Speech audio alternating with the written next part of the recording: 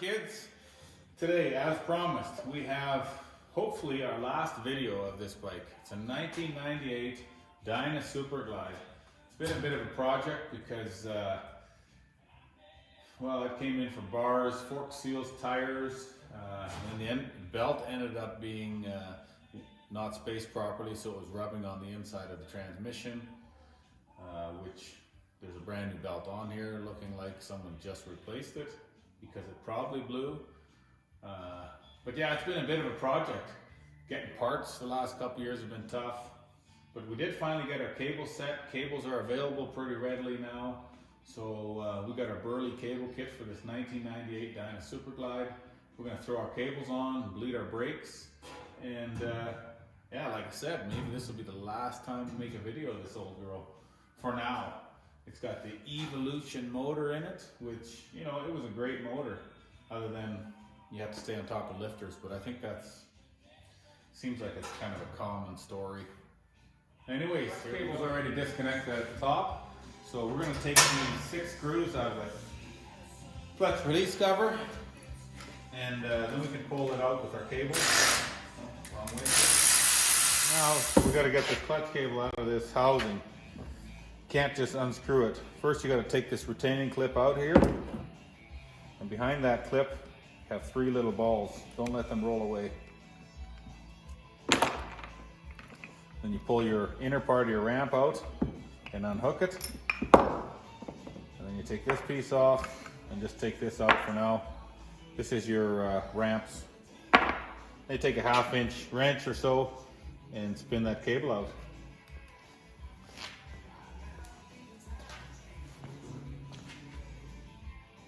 Now we're going to take our new cable, make sure there's an O-ring on there, and thread this in by hand.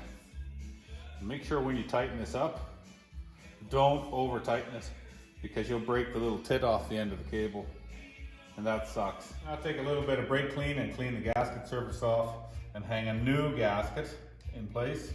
Don't reuse your old ones. When you're running your clutch cable, make sure you keep an eye out for the wire coming out of your cam cover here. I've seen them many times that over time the clutch cable is pinching that wire and it rubs through.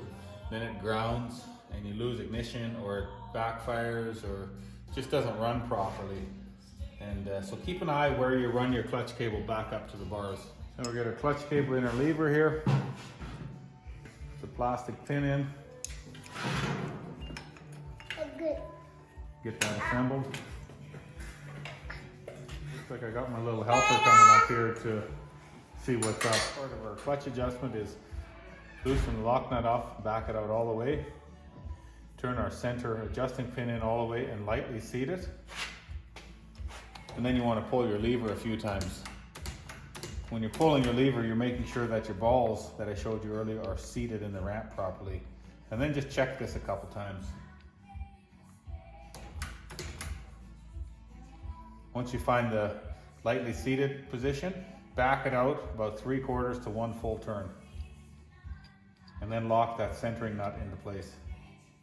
Next part of your clutch adjustment is to turn your cable extender all the way out until when you lightly grab your clutch lever, you have about the thickness of a nickel gap at the perch. I'll show you here in a minute. Pulling on the cable now, this way, and just lightly pulling the lever, you'll see the thickness of about a dime or a nickel right here between the shoulder of the cable and the perch. That's perfect. In the primary, we're going to use AMSA low viscosity ATF. And in these older bikes, pre-6-speed, you're going to throw about 700 mils, 750 in the primary. Now these old primary covers, the derby cover has 3 holes. You want to lay them on something flat and make sure that they're not warped. If they're warped, they're not going to seal properly. A lot of guys over tighten these and then they leak. I'm going to put a new gasket in there and get that cover. Proper torque for this derby cover is 50 to 70 inch-pounds. I usually go on the low side, 50. Not foot-pounds, but inch-pounds.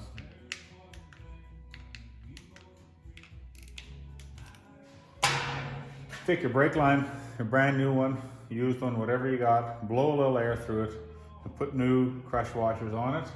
And we're gonna put our 90 down here. And we're just gonna tighten these up finger tight for now. Now we're gonna put our throttle cables in.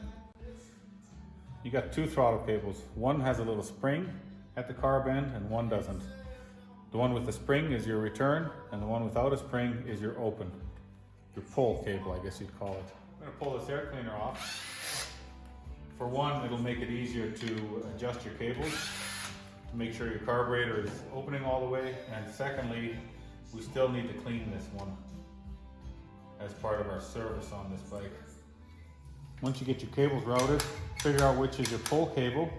Your pull cable goes in the front hole on your housing, and the push return cable goes on the rear of the housing. Before you slide your grip in, I want to make sure that little shoe is seated properly in the bottom of your housing on the center of this pin. I don't know if it's officially called a cruise control, but that's what everyone uses it for. Now we're going to take our front brake master and carefully pop that into place on top of your front brake light switch, making sure you don't pinch any of the wires when you throw your clamp on there. So now you want to take the slack out of your cable so that your throttle is nice and snug. There's no, you want a little bit of free play so that when you go around the corners, you're not pulling on the cable. But you want to set your throttle up to where you want it. When you pull your lever, you want to make sure that your throttle is opening up all the way. Pretty simple. Also, when you're tightening up this lock nut here on your cable adjuster, don't over tighten it and break it. And make sure your throttle snaps shut when you let it go. So now we're going to get our brake line assembled at the top with new copper crush washers. Get it running from the slave all the way up to the master here. Oh, now we've got our air filter cleaned, air dried. You don't want to blow air through them with an air hose because you might blow a hole in the air filter. And then re-oil it with proper K&N air filter oil. We'll get that reinstalled. Now we go ahead and put our fuel tank back on, bolt in the front, bolt in the back, put our crossover line back on with a new clamp. So now, make sure you use the right number of brake fluid, 4 or 5. This one is 5. You see with the vacuum we're going to suck it through. See now that the brakes are bled, you barely have to touch them and we've got pressure right away. Good thing to know that if your brakes are bled properly is if you squeeze them the first time, they go down really far, and then the more you pump them, they get harder. Then you know you still have air in them. Well, we're getting down to her now. Transmission, you want to throw 3/4 of a liter of oil in there, and we like to use Amsoil 75 140 severe gear. You want to make sure you wipe all the grease off your exhaust pipe before you fire up your bike. You don't have any stains on there.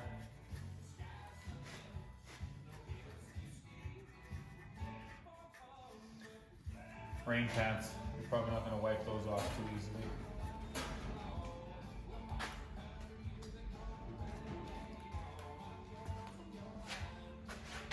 Alright, let's fire this girl up. Key on. Pull the choke out. Couple primes.